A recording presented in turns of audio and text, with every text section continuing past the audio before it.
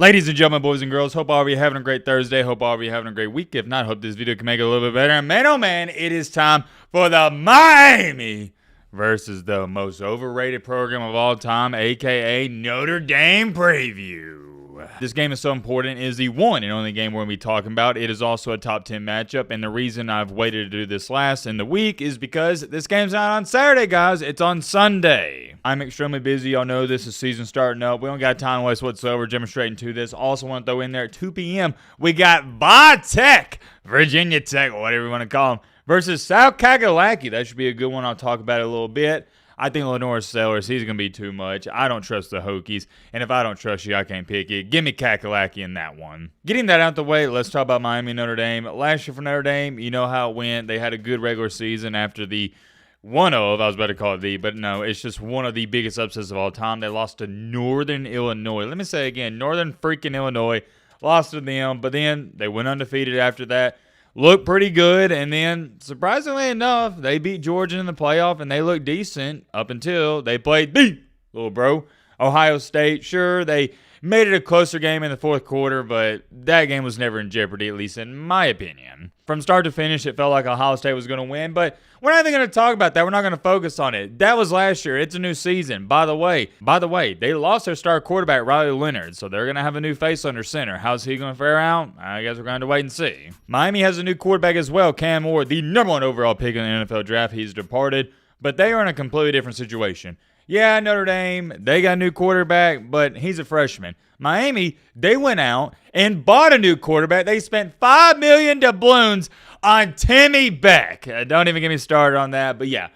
They got one of the best quarterbacks in the nation. I know everybody likes to joke on him. We call him Timmy. Ha ha. It's funny and whatnot. But seriously, I think he is one of the best quarterbacks in the entire country. It's not up for debate. Quarterback play, you can give a big fat check mark to the U. Running back play, also not up for debate. You can give a big fat check mark to Notre Dame. They got Jeremiah Love, one of the best running backs in the nation. I've heard a lot of good things about CJ Carr, but here's my dilemma with him. I can't even sit up here and try to talk about him because I don't have any facts and evidence to back it up because he literally has not played. I'd be a fool sitting up here trying to say, oh yeah, he's going to be really good or he's going to be really bad because we don't know. You're just guessing at that point. If you want an X factor for Notre Dame, it is most certainly CJ Carr, but I also believe it's the defense because if they play good, it'd take a lot of pressure off Carr. But if Timmy Beck and Miami are going up and down the field scoring like it's nothing, that's going to put a lot of pressure on Carr, and young quarterbacks, they tend to press and try to hit the home run, especially when they're behind. It is going to be very key and vital for Notre Dame's defense, not CJ Carr on the offense, but the defense to keep them in this game. Because I do not expect Carr to go out here and light the world on fire and put up a 40-burger. That's not reasonable. What is reasonable is you lean on Jeremiah Love. You give him 25, 30 carries. Bare minimum, I'd like to see him get in the 30s. But that probably ain't going to happen because Notre Dame, they're going to have to pass a little bit. And then you start doing the play action with Carr. You get the tight ends involved, my apologies. And you slowly but surely start taking the deep shots. Let me give you the 3 keys for Notre Dame in this one. Number 1, which we've already talked about a little bit, CJ Carr. You don't got to be a rocket scientist to figure out that. But here's the trick with him. He doesn't even have to play great, and I don't even think he has to play good. Just don't make a drastic mistake. And Notre Dame, they have enough talent to win this game. Carr needs to understand his role. You are a run-first and defensive football team. You're not an air raid team. Play your role. That's key number 1. Key number 2, if you're the Notre Dame defense, you are going to give up chunk plays to Miami. That is their play style. Carson Beck, he's going to throw the ball 30, 40, maybe potentially 50 times in this game. Miami, they're an offensive team. We know this. That's how Mario Cristobal is. It's how it was last year. I don't expect anything to change. But you have to have the bend but not break mentality. You can give up a 50-yard pass, but make the tackle at the 10 or 15 and hold Miami occasionally, not every time, but occasionally to 3 points. I would like to see that Notre Dame defense heat up Carson Beck. Make him make quick decisions. When he has time, he's one of the best in all college football. All in all for the defense, apply pressure, but not only apply pressure, don't break in the red zone. Hold on. Key number 3, and this goes hand in hand with having a young quarterback, you have got to stay composed. Don't get caught up in that Miami run and gun type of offense. Don't try to outscore them. Play Notre Dame football. You know who you are. Don't try to be somebody you're not. The worst thing imaginable that could happen if you're a Notre Dame fan is you get down 10-0, 14-0, and you start throwing the ball every single play. I don't care that you're losing. You can't do that. There's enough time in the game, even in the third quarter. If you're down by 2 scores, you can still run the ball a lot. That's my 3 keys for Notre Dame. Let's talk about Miami a little bit. Not a bad season by any stretch of imagination last year, but not a great one. Very disappointing they didn't make the playoff, but let's be honest, they weren't deserving of making the playoff. Even a casual can tell you what Miami's kryptonite was last year. Defense, they sucked. They weren't average. They weren't slightly below average. They sucked. On a scale of 1 to 10, they were like a 2, maybe a 1. Their offense was flat out amazing in large part because of Mr. Cam Ward, and I think they're going to be really good this year. I think they're going to have a great offense. Can it be as elite as it was last year? Yet to be determined. That's solely up to Mr. Timmy Beck, a.k.a. Carson Beck, but we call him Timmy on the channel from South Park. Shout out to South Park. But like I was saying, we know what to expect out of Miami. I don't think you're going to see drastic changes this year. They're a fringe, top 15, top 12-ish team in my eyes. Do I really trust Mario Cristobal to turn around that defense? To be honest, no. No, I don't. He's a good recruiter, but he's not great at developing talent. His teams are notorious for having big letdown games.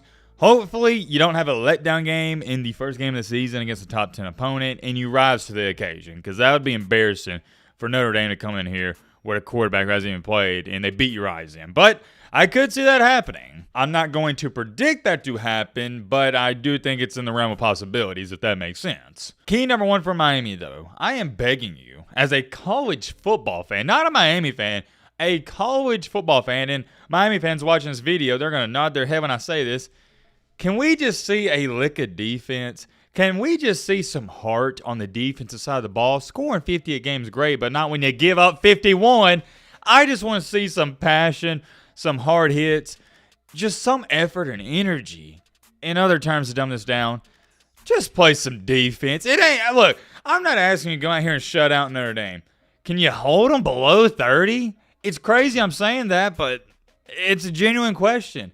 Get a couple of stops. Help out your star quarterback and your star offense.